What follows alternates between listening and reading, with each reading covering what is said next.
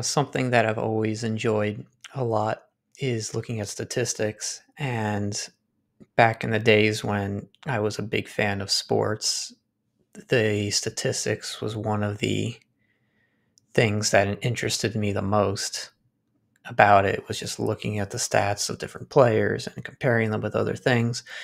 So that was just always got my attention. Always loved looking at that stuff.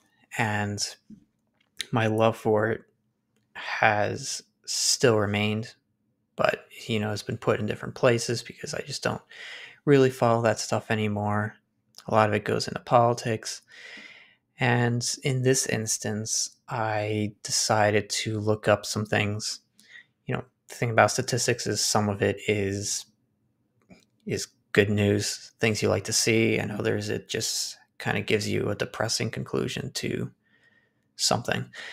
And these are pretty depressing stats in and of themselves, but I think they're important to look at. So these are statistics that focus on Catholics nowadays, so maybe polls that were taken from them. And yeah, so this one article popped up to me, which kind of gave me the idea, was how many Catholics believe in transubstantiation. So Christ, the bread and wine, changing to Christ's body and blood during the holy sacrifice of the Mass. And everything, that's a basic fact that every Catholic should believe. That's not a debatable deal. It's something that 100% of Catholics should believe. If you don't believe in that, that is heresy. And so it really is eye-opening when you see this headline that says only 1/3 of Catholics these days believe in transubstantiation. Now, it's alarming because you have, 30 something percent that believe in it, and there should be 100. That's a massive difference that we can't just let go. And that has a lot to do with the new Catholic teachings nowadays, where they just don't care anymore. People don't care anymore. Another stat here is Catholics who believe abortion should be legal. 56% say it should be legal in all or most cases. That's more than half. That's another thing where you can't be Catholic and believe that abortion is right, should be legal, because it's murder and we know it. And that's just another way of not believing in God's plan, not believing in God in general, because God knows everything from past, present, future. He knows all of us in the future. We already exist. Just it hasn't happened in the future yet. All these babies already exist in God's plan. And therefore they are people with souls, and they have every right to live and live their lives, hopefully according to God's law. So this is just another one that is not debatable. You can't argue for abortion if you're a Catholic. And some people might claim, okay, well, this is taking from a lot of Catholics who aren't really even Catholics anyway. They say that they are, but they don't go to Mass, they don't pray, they don't do anything. They just label themselves as that. Okay, well, look at right here, the line right below that one. Those who attend Mass weekly or more often. That's still 30%. That's almost 1 in 3. You walk into a chapel or parish, and 1 in 3 people in there believe abortion should be legal in all or most cases. That's terrifying. Go to a traditional Latin Mass chapel and, or even go one step further, not even one step further, just to be more specific, go to an SSPX chapel and you'll be hard pressed to find one person who thinks it should be legal, let alone enough people to create some kind of percentage. You're not going to. That's another testament to the failures of Vatican II. Another thing, gay marriage. Even more people. Look at the Catholics in all of Western Europe, overwhelmingly in favor of legalizing it. Not just legalizing it, supporting it. Another thing that Catholics cannot support because it's heretical. God has made it perfectly clear in the Bible, according to church teachings. It's not marriage. Marriage is between a man and a woman. Therefore, and any sexual act can only be done in marriage. So, two people of the same sex aren't married, which means any sexual acts they have between each other it's not good. It's sinful. Just like any sexual act outside of marriage between a man and a woman. It's sodomy. And then here's my favorite one. Well, depressing still, but I think pushes the point the most is weekly church attendance. Look at it by years. 75% in 1955. Then you get just huge drop between that and 1975, and then just gradually dropping as the years go by. Why is that? Maybe it's because now they teach it's really not that important. It's not that important to be Catholic. You should structure your Catholic faith around your real life and then just go from there. Everything else should take precedence first. Your faith is just one thing off to the side. It's nice to have it, but it's put in its proper place. Instead of, they inverted it, instead of the right way of looking at it, which is you have your life and then your Catholic faith is there and just kind of controls everything. It makes you decide one thing about your life. Your Catholic faith should dictate how you respond to that, how you act.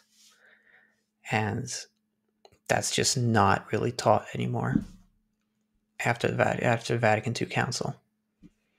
And this chart explains two different things. That's why I like it. Is one excuse they might come up with is, well, people these days were already falling away from the faith and they haven't really cared. It's just the times. We're trying to fight the times. We tried to change something and make people rejuvenate their interest in the Catholic faith. But this isn't our fault. This isn't because of the changes in the Mass and the theology. It's just the times. Okay, well, if it's the times keeping people from going to church, how come the Protestants here have kept a steady number all through those years? If anything, it's increased slightly. If it's the times, why hasn't affected the Protestants? Why just the Catholics? Is it just coincidence that the Catholics suddenly dropped off right around that time? No, I don't think so. And then you get these people, especially nowadays, lately, I won't mention any names, but some people have brought upon themselves to call the SSPX schismatics. We're in schism. That is a very serious accusation to make, because you are putting us on the same level as heretics. You're telling us we're going to hell because of what we're doing, because we're celebrating the same Mass that had been celebrated for centuries, because we still recognize the Pope in his authority. We still recognize the bishops. We have the Mass and the sacraments. We're teaching people to love God, love our neighbors, to adhere to Catholic teachings over the past 2,000 years. It's just, they have people saying this, a very technical and legalistic approach to how they're looking at this. And I'm not some smart guy. I don't know all the nuances and legal approaches to all this, on all the little loopholes and whatever else fancy words that they use to argue this. But I will say, just look at these numbers. Something's off there. Doesn't take a genius to notice that.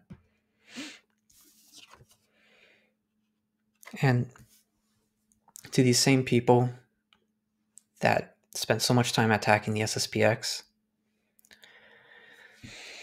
can you keep that same energy when you see the clown mass?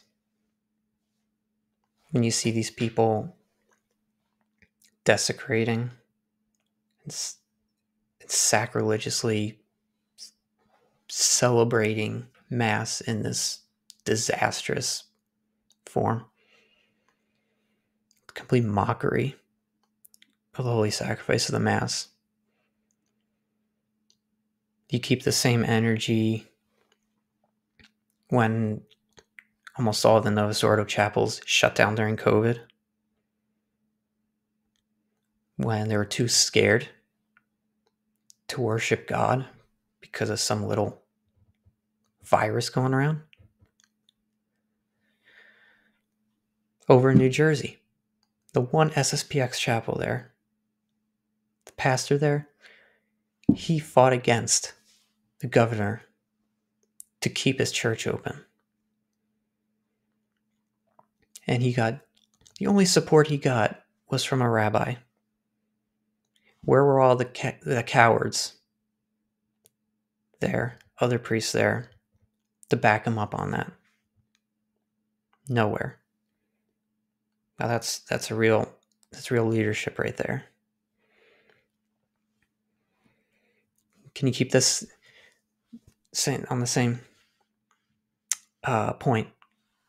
Can you people keep the same energy when the priest is up there giving a guitar blessing? Can you keep the same energy when a certain priest is advocating gay rights all over and the Pope says nothing about it?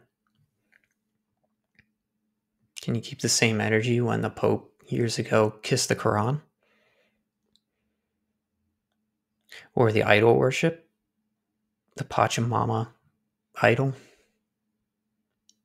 Nothing? And the thing is, these same people, some of them, want to see us fall. They want to see us fail in its mission, which is to save souls, lead souls to God. They're so wrapped up in their legal terms and technicalities, they can't just see the full picture of